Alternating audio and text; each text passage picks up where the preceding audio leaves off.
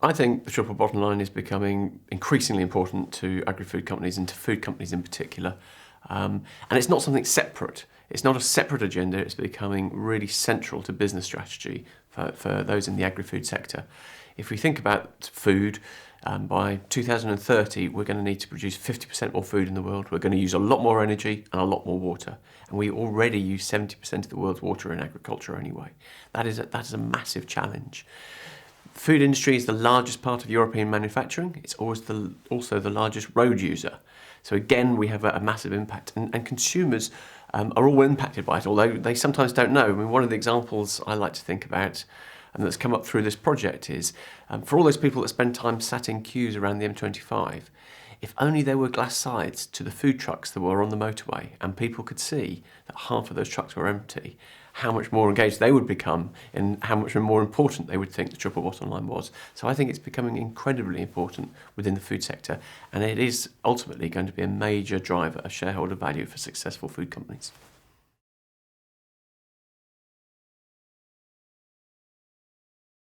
It's not always easy, we've found, to engage those people, particularly at the operational level, in looking at the triple bottom line and what they do in food companies. It's not always clear what the prize is. Most people involved in logistics are focused on cost and on service.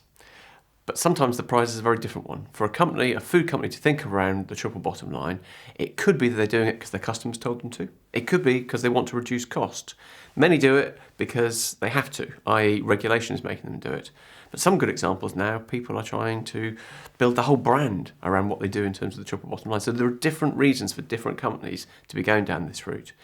Unless that's clear, the business strategy is clear, and that's fed down to operational people, it's very difficult for them to actually engage in this. One other point is around the maturity, if you like, of businesses on this topic. Some people have a clear business strategy, they've set goals, they've filtered that down, and everybody in the business knows it's important. Others are just starting down this route. And when you're looking across the whole supply chain, which is what you have to do within the food sector, different players within getting that food from the ground onto a consumer's plate are often at different points of the journey in trying to become more sustainable. And getting those people to work together when they are at different levels of maturity is a real challenge.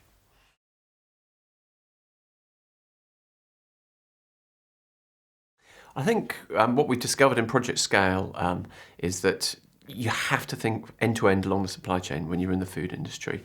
The trouble is most businesses tend to work where they have most influence, which is in their own business. But if you're thinking about a food chain, quite often the sustainability challenges are elsewhere. So if you just think about a crisp manufacturer, really a lot of the environmental challenges there are back on the farm. They're growing potatoes, they use a lot of water, for instance. They're then shipping something which is heavy, which is the potato, and quite often a lot of water within that potato. So just actually working within the factory doesn't work. Similarly, if you're an ice cream manufacturer, the challenges are probably at the other end of the chain, because you're having to move a frozen product, you're having to keep it frozen in refrigerated trucks, you're having to put it into a freezer in a retail outlet, the consumer has to get it home and keep it in the freezer at home. So a lot of the energy issues lie at the other end of the chain. So working across the chain is a real challenge we found, and under Project Scale we've developed a collaboration tool to try and help people to do that. Similarly, when you're working across a whole chain like that, having measures in place that everybody understands, KPIs on all of these issues, on finance and profit issues, but also on environmental and on social issues, is really key. And trying to get the systems in place to be able to do that is essential. Targets for individuals and remuneration, ultimately, all of those things to motivate people to want to make a difference here are really important.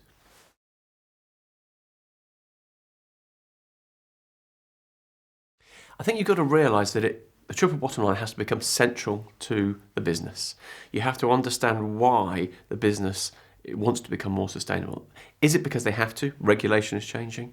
Is it because they're going to reduce their costs? Is it because they're going to drive their brand and ultimately their sales? You have to understand why, and then that has to be filtered down through the business. You have to get KPIs in place, performance indicators, so that people know that it's important, and they have to have personal targets and ultimately remuneration linked to that.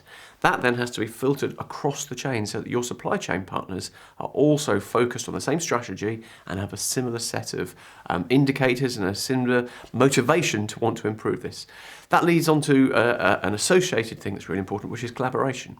Because you can't just do this in your own business. You have to think in the food industry across the whole supply chain. And if you want to make something more sustainable, you have to think on the farm, you have to think in first level processing, you have to think in manufacturing, you have to think about how it's actually going to be sold and how it's going to be used by the consumer. And to do that, you really have to collaborate well with all your partners in the chain. And finally, and one of the new areas is if once you're doing that, you want to be able to measure whether you're making progress or not. And you have to have the systems in place, the ICT in place, which often isn't at the moment, to capture those other indicators around social issues and around environmental issues, to be able to actually see, are you making progress, are you improving, and where should your focus be next?